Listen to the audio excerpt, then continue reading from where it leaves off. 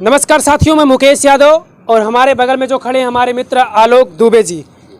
दोस्तों, मैं आपको बता दूं कि कहा जाता है और ऐसी चीज़ें भी हैं और सच्चाई भी है कि सारे जहां से अच्छा हिंदोस्तां हमारा, हम बुलबुलें हैं इसकी ये गुलसितां हमारा।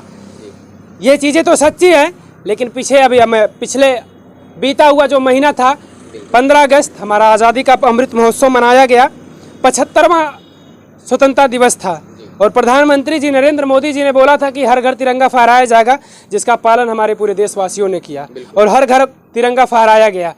लेकिन इस तिरंगे का अपमान मैंने, जैसा कि आप लोगों ने देखा होगा शायद मेरे चैनल पर देहाती क्रिएटर पर, कि मैंने प्रधानमंत्री जी से एक ये विनती भी किया था कि प्रधानमंत्री जी आप एक बात ये भी बोल दीजिएगा कि तिरंगा तो फहराइए, लेकिन फिर तिरंगा फहराने के बाद तिरंगे को सुरक्षित जगह पर रख देना।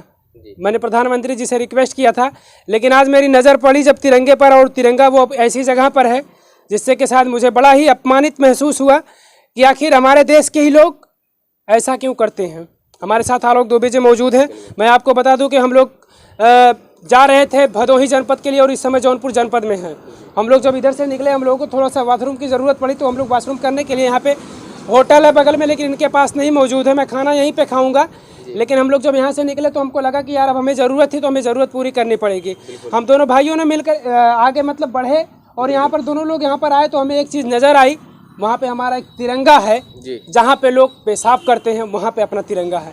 कितने अपमान की बात है, सोचिए आप। शायद कि मुझे भी शायद अपमानित होना पड़ा वहाँ पे। मुझे लगा कि यार मैं इस देश का हूँ और मैं अपने तिरंगे को ऐसी जगह पर देख रहा हूँ। क्या लोग दुबे जी क्या कहेंगे आप?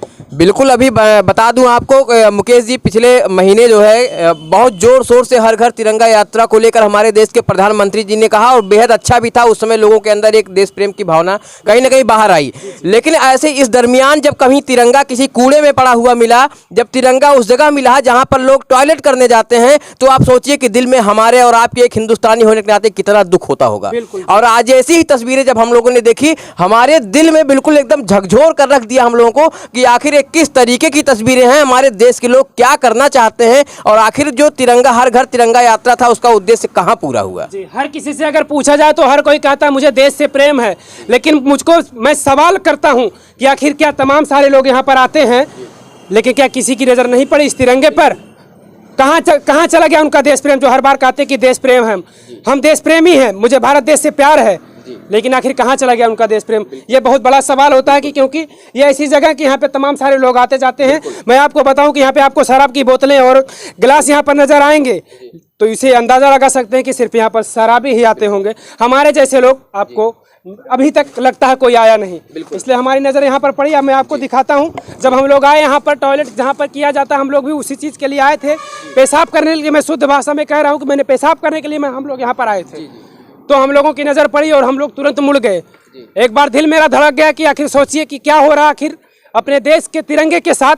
देखिए यहाँ पर आइए, थोड़ा सा और साइड दिखाइए, ये अपना तिरंगा और लोग यहीं पर पेशाब करते हैं। शराब की बोतलें आपको तमाम नज़र आएंगी यहाँ पर। देखिए पूरी शराब की बोतलें आपको नज़र आ रही हैं और पूरे गिलास नज़र आ रहे हैं। मैं चाहूँगा कि तिरंगे को सम्मान के साथ उठाया जाए। ये देखिए कागज़ का बना हुआ तिरंगा है, ये देखिए। सोचिए यहीं पर लोग आते हैं पेशाब करने के लिए और यहीं पर शराबी, मुझे लगता है कि शायद कोई अच्छा इंसान कभी शायद उसकी नज़र नहीं पड़ी।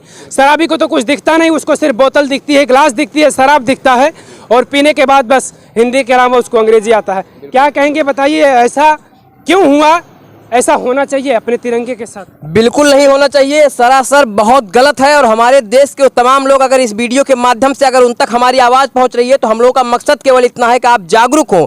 अभी भी आप जो गलती कर रहे हैं उस गलती को अपने आप सुधारने की कोशिश करें, क्योंकि आपको बता दें मुकेश जी कि यहाँ पर आप देखेंगे कि चारों तरफ शराब की बोतलें हैं, तो निश्चित स्पष्ट हो जाता है कि यहाँ जो भी लोग अभी तक आए केवल शराब पीकर ही आए, नशे में मस्त थे। इसलिए उनको इस तिरंगे का जो नशा है, जो देश के स्वाभिमान का नशा उनके अंदर जो होना चाहिए वो मर गया था। इसलिए उनको शर्म नहीं आई इसे देखकर कि इसे उठाने की जोखिम भी उठाते। और मैं आपको बता दूं मुकेश जी, आप भी जानते हैं कि ये जो हमारे तिरंगे का जो 3 रंग है और बीच में जो अशोक चक्र है, ये हमारे देश के लिए सौहार्द है, हमारे देश के लिए शांति है, हमारे देश के लिए सुख समृद्धि है और त्याग का एक प्रतीक है।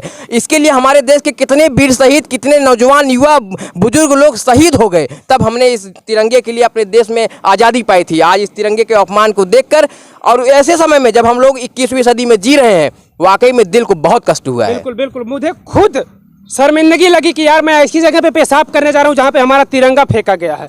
शराब की बोतलें आपको नजर आएंगी यहाँ पर आसपास, जहाँ पे भी आपकी नजरें जाएंगी शराब की बोतलें और गिलास यहाँ पर नजर आएगा।